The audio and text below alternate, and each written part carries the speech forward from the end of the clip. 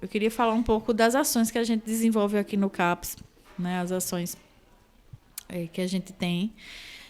A gente tem grupo de família, tem atendimento individual, a gente tem oficinas terapêuticas, oficinas lúdicas, a gente tem eventos, que é uma parte muito importante para a gente poder pensar um pouco da reabilitação e ressocialização. Atendimentos domiciliares e as visitas, digamos assim, institucionais que a gente faz à escola, ao PSF, ou a órgãos mesmo de justiça, para que a gente possa montar um pouco a rede, né? Articular um pouco a rede. E aí aqui nesse capítulo, a gente tem uma questão muito grande que é importante a gente estar se perguntando sempre, a cada situação, ocorrência, ou a cada caso que chega, mas principalmente se perguntar na nossa atuação, no nosso papel, que qual é o sofrimento, né, que é escutado dessas crianças e adolescentes, que tem a ver com droga. Que sofrimento é esse? Né? Pensando que esse sofrimento ele é singular para cada um. Né? Por exemplo, o uso de drogas diferentes, como maconha, cocaína, o crack, a cada uma dessas drogas, a gente pode pensar que há uma reação do organismo diferenciada. Mas o sofrimento que cada adolescente e criança vive a partir disso, né, a partir dessa experiência, também pode ser singular usando a mesma droga. Então, pensar que o efeito de uma mesma droga em sujeitos diferentes, né, em pessoas diferentes, também promove um efeito diferente, tem um sofrimento diferente. Né? Quando a gente vai escutar essas crianças e adolescentes, o que ela passa, o que ela vive, então a gente pensa um pouco em relação a todo o contexto que elas vivem e como elas adquirem essa droga. Né? O que elas têm que fazer para adquirir esse uso de droga? Né?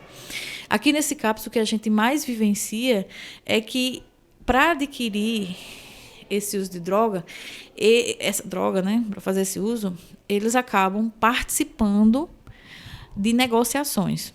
Né? Negociações referentes, por exemplo, a favores que acontecem, né, algumas trocas, favores de, por exemplo, encomendas e trabalhos, ou até o que a gente se preocupa muito e é bem grave, que são favores sexuais. Né?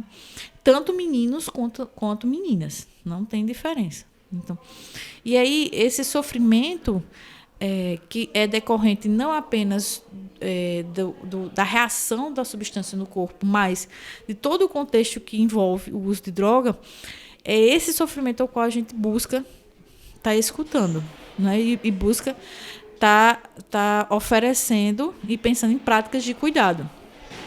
Então, a gente fala, assim, que falar é uma necessidade, mas escutar é uma arte.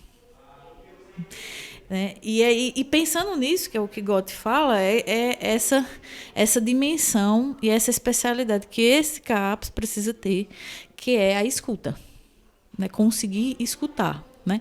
E aí a gente pensa, mas quem são esses sujeitos que a gente precisa escutar? Né? Quem são esses sujeitos? Quais são as vozes e quais são essas palavras que são ditas e que são escutadas? Né? Então, aqui a gente pode pensar em 3 tipos de sujeitos. A gente pode pensar nos sujeitos, os adolescentes e as crianças. A gente pode pensar nos sujeitos que é a família. E pensar nos sujeitos, nós, equipe, que também estamos aqui juntos e estamos envolvidos. Né? Então, a gente escuta frases de complexidade, de impacto desse tipo. Eu não sei por que eu não consigo parar de usar Tinder. E para a gente chegar a um discurso desse, né, dessa consciência da adolescente começar a se questionar, né, a começar a se perguntar por que ela não consegue por si só parar de usar Tinder, é preciso que a gente consiga ter um caminho de escuta sobre o horror que ela vive. Para que ela comece a se questionar do porquê que ela não consegue parar, das várias tentativas que ela tem e não conseguir parar. Para que algumas falas preciosas e falas que realmente a gente constitui uma substância de trabalho para a gente possa surgir, e a partir disso a gente possa efetuar a construção daquilo que para criança e adolescente, com quem trabalha com criança e adolescente é um desafio, que é a demanda de sujeito, a demanda pessoal deles. Então, quando a gente escuta isso, né, um questionamento de perceber que não consegue parar, a gente vê aí um momento, né, uma oportunidade de construção da demanda dessa adolescente como sujeito. E é a partir disso que a gente começa a construir o nosso trabalho. Né? A demanda em relação ao que ela gostaria, o que ela percebe que é necessário fazer de cuidados relacionados ao uso de droga. Então, é a partir desse ponto que a gente começa a efetivar um trabalho realmente voltado para o uso de drogas. Antes disso, o trabalho da gente é voltado realmente para o cuidado integral do sujeito, né, dessa criança e desse adolescente. E para exemplificar uma outra fala, que é bem interessante, tem essa aqui. A pessoa está com a vida fodida mesmo. É algo que não tem volta. A sociedade diz que somos marginal e que temos uma vida fodida. Né? Então, é uma fala de um adolescente homem. A gente já vê uma diferença, né? Do qual eles são vistos mesmo como marginais. E do qual ele percebe isso e começa a responder desse lugar. Então, se eu sou marginal, eu vou responder do lugar de marginal. É uma reação, né, a esse olhar do outro sobre eles, que é esse olhar colocando eles nesse lugar de marginal. Né? E aí ele traz essa fala para nos interrogar, né, e nos dizer da sensibilidade que eles têm e da importância que é esse momento de oferecer realmente uma escuta e eles possam falar livremente daquilo que eles sentem. E todo o que constitui realmente o sofrimento relacionado ao uso de drogas. Não é apenas o uso da substância, o efeito no organismo. Né? É todo esse contexto pelo qual eles passam. Né? Então, e aí a gente tem, por exemplo, outro sujeito que a gente precisa oferecer essa escuta, é importante oferecer essa escuta, que é a família. Né? Então, são sujeitos que trazem falas assim. Eu estou trazendo minha filha, mas sei que todos lá em casa não estão bem. Até eu quero sair de casa. Né? Então, a partir de uma fala dessa, a gente percebe, né, assim, o quanto a complexidade de um serviço desse demanda, né, de ações e de políticas públicas voltadas para isso, porque não é só um sujeito, não é só o adolescente e a criança, é uma família. São outros componentes familiares que também têm seus sofrimentos, que estão sofrendo por causa da condição desse familiar, dessa criança e do adolescente, ou na própria família existe também outras pessoas com o mesmo tipo de sofrimento. Ou seja, que são pessoas que fazem uso de álcool, que são pessoas que fazem uso de outras drogas, ou são pessoas que fazem uso de medicações, ou têm algum transtorno mental. Né? Também pessoas que têm implicações socioeconômicas graves, né? Grandes necessidades. E a gente observa que, bem, como é que eu vou oferecer o cuidado a uma criança adolescente, do qual a família tem sérios problemas e efetivamente não vai conseguir fazer esse cuidado. Não vai dar continuidade nesse cuidado porque ela não tem condições. Né? Então, a partir dessas falas que surgem ou individualmente ou no grupo de família, a gente começa a perceber que muitas vezes a gente precisa estar dimensionando ou direcionando um pouco desse cuidado para a família, dando essa atenção e também fazendo a direção do suporte em rede. Né? Então, aquilo que for necessário para os cuidados de saúde e outros cuidados, a gente direcionar a rede de competência. Né? Outra fala que era: quando eu era criança, sempre tive vontade de abraçar meu pai. Isso falta para mim até hoje. Né? Então, a partir de uma fala tão simbólica dessa, a gente começa a perceber toda a dimensão subjetiva que é necessária da gente trabalhar aqui dentro desse CAPS. né? A dimensão subjetiva do familiar, né? A partir dessa fala, a gente percebe que há uma falta nessa dimensão afetiva deles com os adolescentes. E essa falta que vem de outra geração, né? Aquilo que a gente chama de transgeracional. E poder oportunizar um momento que ela consiga ver isso, falar disso, dar um tratamento para isso através da fala, é um momento em que isso começa a tomar uma forma e a gente começa a realmente oferecer um trabalho voltado para essa problemática, né, de álcool e outras drogas, né, do uso de álcool e outras drogas. E um outro sujeito que a gente pode pensar, do qual também é implicado em todo esse trabalho, são os funcionários, são a equipe, né? Então, da mesma forma que os usuários, a criança e adolescente, a família, os funcionários também são impactados com essa realidade que vem para cá. E esse impacto, o que a gente recebe, também nos causa reações, né? Nos causa, digamos assim, alguns danos e algumas questões relacionadas à saúde mental, né? Então, e aí, quando a gente escuta assim, falas de funcionários que dizem assim: não consigo parar de lembrar as coisas horríveis que eles me disseram, fico com vontade de pedir para parar de falarem, né? A partir disso é que a gente observa o grande impacto, a dificuldade de fazer essa escuta, né? A escuta desse sofrimento que essas crianças e adolescentes trazem, né? Do tamanho que isso acontece, né? A intensidade que é isso. E como isso traz para o funcionário uma situação tão delicada, do qual ele fica sem saber como lidar com isso, né? Ao ponto de a reação dele é pedir para parar de falar, né?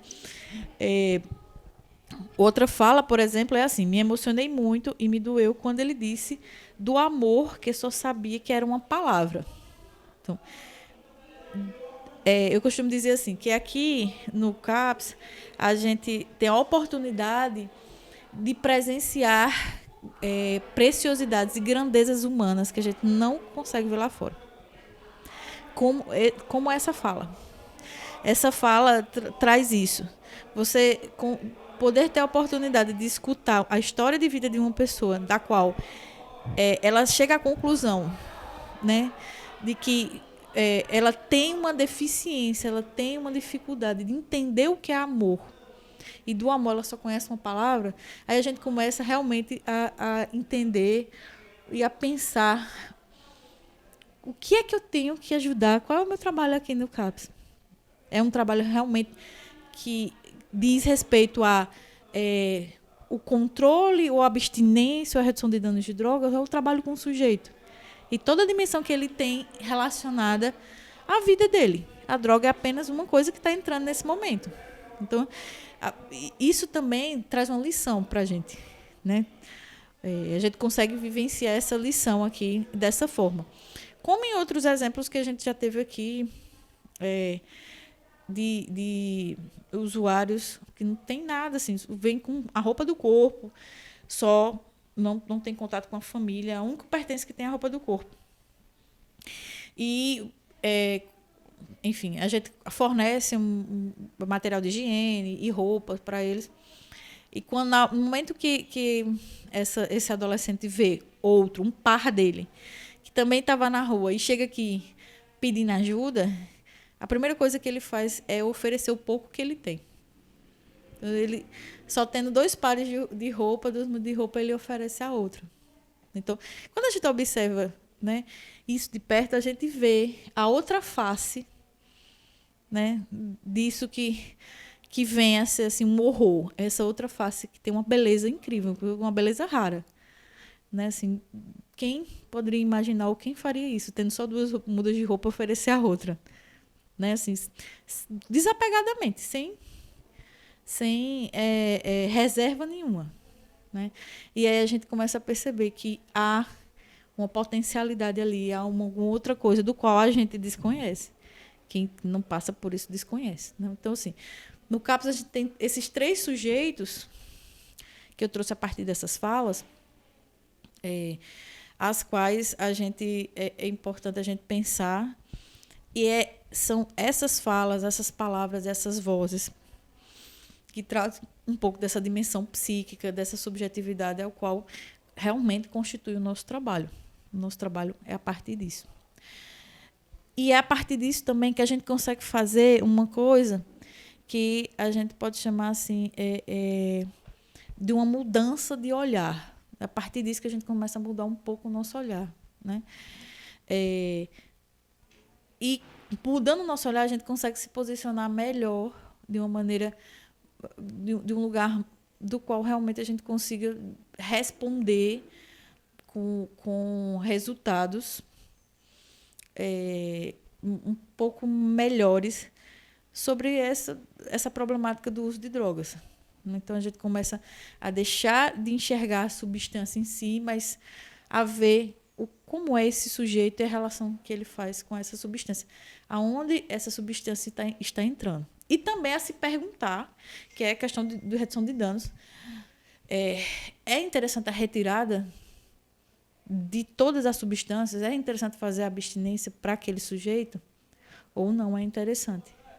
E mesmo que seja uma criança e adolescente, é isso que constitui um desafio da gente para a redução de danos, poder também trabalhar com isso, né? Então, a gente tem experiências aqui, por exemplo, da gente estar negociando junto com a família de que haja um consentimento do uso de cigarro, né?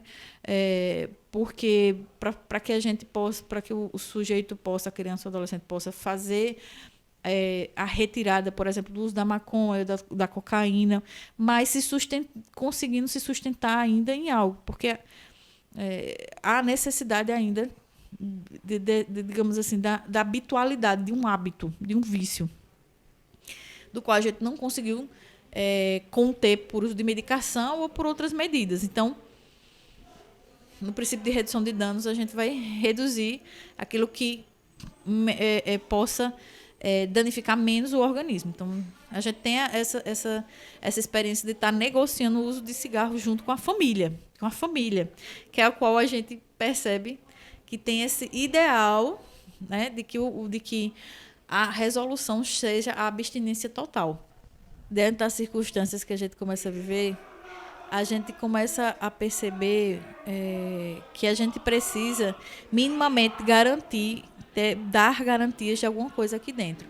E vou colocar como central da garantia, que é o tempo. Né? A gente poder garantir um tempo para o sujeito, um tempo que esse sujeito possa usar, né? Para que ele possa aparecer e tomar posse daquilo que é a subjetividade dele. Então, garantir o espaço, garantir o tempo, garantir o instante, saber o instante de dizer, o instante de escutar, esses instantes que são preciosos, das quais a gente trouxe um pouco dessas falas. Todas essas garantias trazem para o serviço, para o trabalho, a dimensão do cuidado. Né? Então, nessa dimensão do cuidado, questionando sempre essa dimensão do cuidado para cada caso, cada usuário, cada circunstância, é que a gente começa a avançar e andar na perspectiva da saúde mental. Né? Então, e aí começam a surgir perguntas e questionamentos, dos quais eu vou deixar aqui para vocês, para que realmente possa haver uma reflexão em relação a cuidados de crianças e adolescentes em uso de drogas, que é assim, o que realmente operamos em relação aos cuidados. Quando a gente se propõe a fazer intervenções e ações da saúde mental relacionadas a álcool e outras drogas, a problemática de álcool e outras drogas com criança e adolescente. O que realmente operamos com cuidado? Né? Então, é essa pergunta que eu deixo para todos, para que a gente possa refletir, né? E para que a gente possa avançar quanto à perspectiva desse fórum, avançar no sentido da gente estar refletindo, pesquisando, se aprofundando, indo a campo, né? Nesse sentido, para que a gente possa sentir, ver e escutar. E sim, é a partir disso, dessa dimensão empírica, dessa experiência mesmo, dessa vivência, a gente possa estar construindo algo, cada um. E aí é uma dimensão bem particular também, cada um no seu fazer, na sua atuação, seja psicólogo, assistente social, enfermeiro, farmacêutico, médico, pessoas da saúde, pessoas da assistência social, de toda a rede, né? Não só pensando nessa dimensão, né, da questão da saúde e doença, mas de toda a rede, pensando num contexto maior. Porque, no fim das contas, a gente não sabe direito o que é que vai funcionar para cada sujeito sair daquilo. A gente não tem essa receita pronta. Né? Como as condutas medicamentosas, a gente não sabe qual é a medicação que realmente vai funcionar. Né? E é muito nessa questão do tempo, de dar tempo, de estar junto, de experienciar junto, de dar um pouco dessa dimensão, de poder ver e ser da criança e do adolescente, que vai trazer para a gente esse recurso, né? Esse entendimento. Para a gente, equipe, para a gente, família, né? Para famílias, e também, principalmente, nessa construção dos usuários, né? Das crianças e adolescentes, do que é a demanda deles, qual é a ajuda que eles buscam, né? Quanto a essa problemática, que é a ajuda que eles buscam. Muitas vezes a gente teve experiência daqui da ajuda ser simplesmente almoçar. Ou ser simplesmente tomar banho. E como isso, de ter respondido a isso, ter oferecido aquilo que eles estavam solicitando naquele momento, surtiu efeito e repercutiu em todo o tratamento dele. Como isso entrou? Quando a gente conseguiu escutar que era aquilo que ele precisava naquele momento da ajuda. Né? Então, enfim, agradeço a oportunidade, essa oportunidade de estar fazendo esse vídeo, né? A professora Clécia, mais uma vez, demonstrou a sua sensibilidade, a sua confiança de vir aqui, né? E dar a oportunidade da gente, enquanto serviço, falar um pouco dessa experiência, compartilhar. É um momento em que isso tem um efeito para a gente poder compartilhar tem um efeito muito bom para a gente, de saber que isso a gente vai ser escutado, né? Ver como a gente também precisa ser escutado, a gente vai ser escutado naquilo que a gente está falando. E pensando como isso vai repercutir também nessa ajuda, nesse acompanhamento, nesse cuidado com outras crianças e adolescentes que não venham para o CAPS, mas que estejam lá em outros serviços. Né? Lembrando que a gente está aberto a visitas, a contatos. É um grande prazer quando a universidade vem até nós. Gostaria também que a gente tivesse a oportunidade de ir, enfim, né? Tem que ser uma via de mão dupla, não só da universidade, mas de outros órgãos. A gente tem outras parcerias, são bastante importantes, como o Ruanda, uma parceria maravilhosa que a gente tem. Está sempre junto com a gente, e a gente vê o efeito disso, de a gente estar juntos e compartilhando.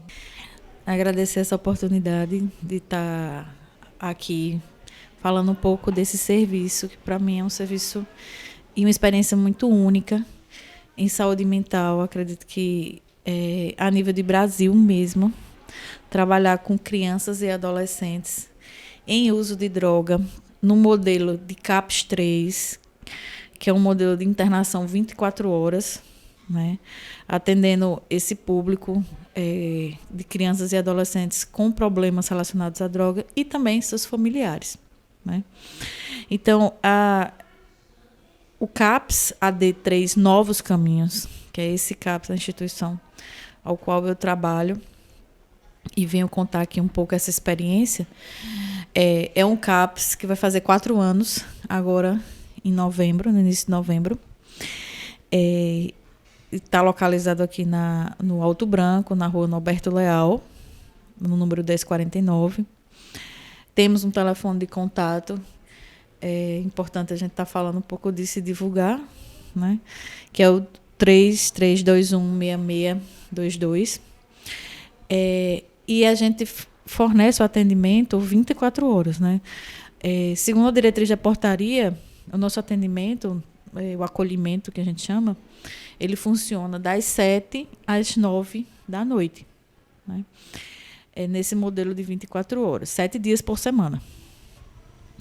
E a gente tem como diretriz algumas portarias que nos orienta, que é a portaria 3088, uma portaria que fala da rede de atenção à saúde mental. A gente tem uma outra diretriz específica, muito específica para esse CAPS, que é o ECA, né, o Estatuto da Criança e Adolescente, do qual a gente precisa ter uma proximidade e um conhecimento muito profundo para a gente estar atuando enquanto política pública. A gente tem também a diretriz da redução de danos, que neste CAPS existem particularidades para a gente estar efetuando essa diretriz, por se tratar de criança e adolescente menor de idade, no qual a gente vai ter algumas limitações e desafios referentes a isso, pela questão da autonomia e da escolha, por se tratar de pessoas que não podem responder por si mesmas, né, por ser menores de idade. Então, a gente tem um desafio muito grande para trabalhar redução de danos nesse CAPS. E a gente tem a construção de ações éticas, de cuidado.